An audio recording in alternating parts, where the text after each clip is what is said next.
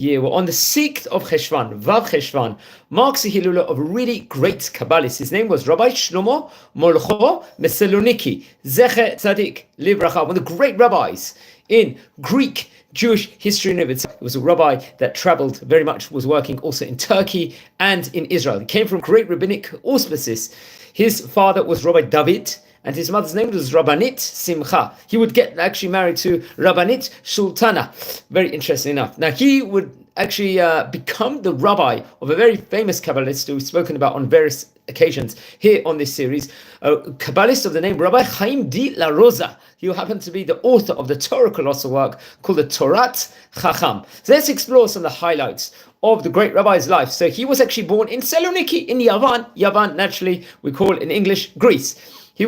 It's actually interesting, his great grandfather happened to be Rabbi Shlomo Molcho, under the same name. They had the same name in of itself. He himself is named Rabbi Shlomo Molcho Messloniki to, let's just say, differentiate, and his great grandfather had another title within regards to that. He passed away himself, his great grandfather, the great rabbi, at a young age. I think he was only about in his 30s, if I'm not mistaken. He was one of the great rabbis of Italy of himself, and we should make maybe do a separate video on his great grandfather. So when he was born, he actually was very diligent and a great Torah learner. He would learn by day and by night, and he was actually everyone saw that what an incredibly talented Torah learner he is in of himself.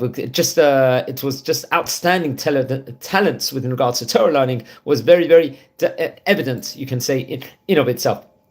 He would learn Torah, Kabbalah, with the great Kabbalist. I think his name was Rabbi Abraham Tubiana, if I'm not mistaken. He happens to be the author of the great Torah book called the Chesed LaAvraham, a book I believe we've also spoken about on various different occasions. He wrote great Torah piyutim, and many of these, I think some of these poems, let's just say, or tefillot, they actually got inserted into the Shabbat textbooks and various different prayers within regards to Chagim, the Moadim, respectively, and also just inside the book in of itself. And I think it was actually, there was a book of the name Shemen, which was representing the phrase Shlomo Molcho Naran Nun Rish Abab Sofet, if I'm not mistaken. He would be appointed as one, like, say, the heads of the congregation and the president of the congregation of the Jewish community in Saloniki. At that point in time, Saloniki and Greece had a very great Jewish and Torah community. He would actually do a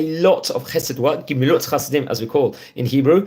He would provide to the community, be in charge of providing their needs within regards to that. Especially, he was working, I think, as, like, let's say, a gabai role in of itself, providing charity needs, the truma, assessing the trumot that will go to the various different communities in of itself. And he had very strong connections with the community, Saloniki community, and also for the Jews of Hebron and Jerusalem. He would actually help very much. There was a correspondence between those two communities at that point in time. He played a very pivotal role in of itself. Now, it's actually interesting. We spoke about his great student before. He was, let's say, a mentor of Rabbi Chaim di la Rosa, one of the great Kabbalists. Especially, I believe there was a 2-year period where Rabbi Chaim di la Rosa, if I'm not mistaken, had to stay in Saloniki at that stage in time, and he very much was in correspondence with him with the highest level and quality of Torah learning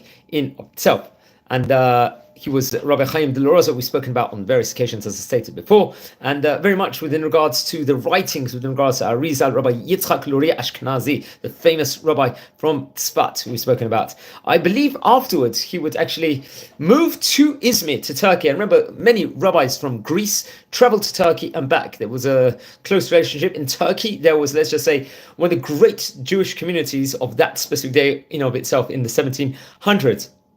And he would also, I think, while he was working in Turkey in of itself, he continued helping financially the Jewish people that were living in the land of Israel in of itself. It's actually interesting. He had like a phenomenal knowledge within regards to the Torah. He was an expert within regards to the Torah. He was a Kabbalist. Also, as they say over here, Nodaba b'kiyut hen b'torat hanigla v'hen b'torat hanistar. That's a phrase that the My Tzaddik website uses of itself within regards to the rabbi paying the highest compliment with regards. He encouraged many people to study Torah, and especially quoted the words of Rabbi Chaim Vital, which he wrote inside this famous book, which we mentioned before, Shemen Zayit Zach, and encouraged many people to learn at a very high level. I believe in the Hebrew, Yehei Taf Kuf Mem, he would actually move to Israel and would actually live in Jerusalem. And over there he learned in the famous Yeshivat Bet El, a place we've spoken about. That was a famous Kabbalistic yeshiva at that point in time, especially during the 1700s in Israel, respectively. Especially many of the great Torah rabbis at that stage in time would learn in the famous Yeshivat Bet El. We've actually covered many rabbis in of themselves that actually learned in that place. And I believe in the English year it was 1787, around 1787, 1788, he passed away. He did.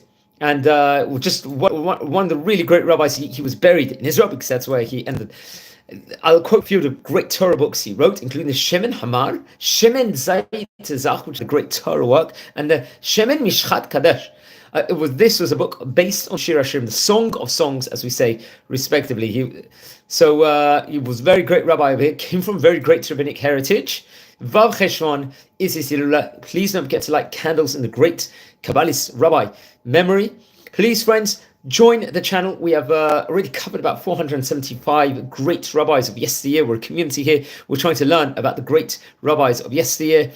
So please watch the videos, share the videos, and click like on the videos, and please drop me a comment, especially if you're related to any of the great rabbis of it. So wishing you all the blessings from Israel and wishing you all a great day.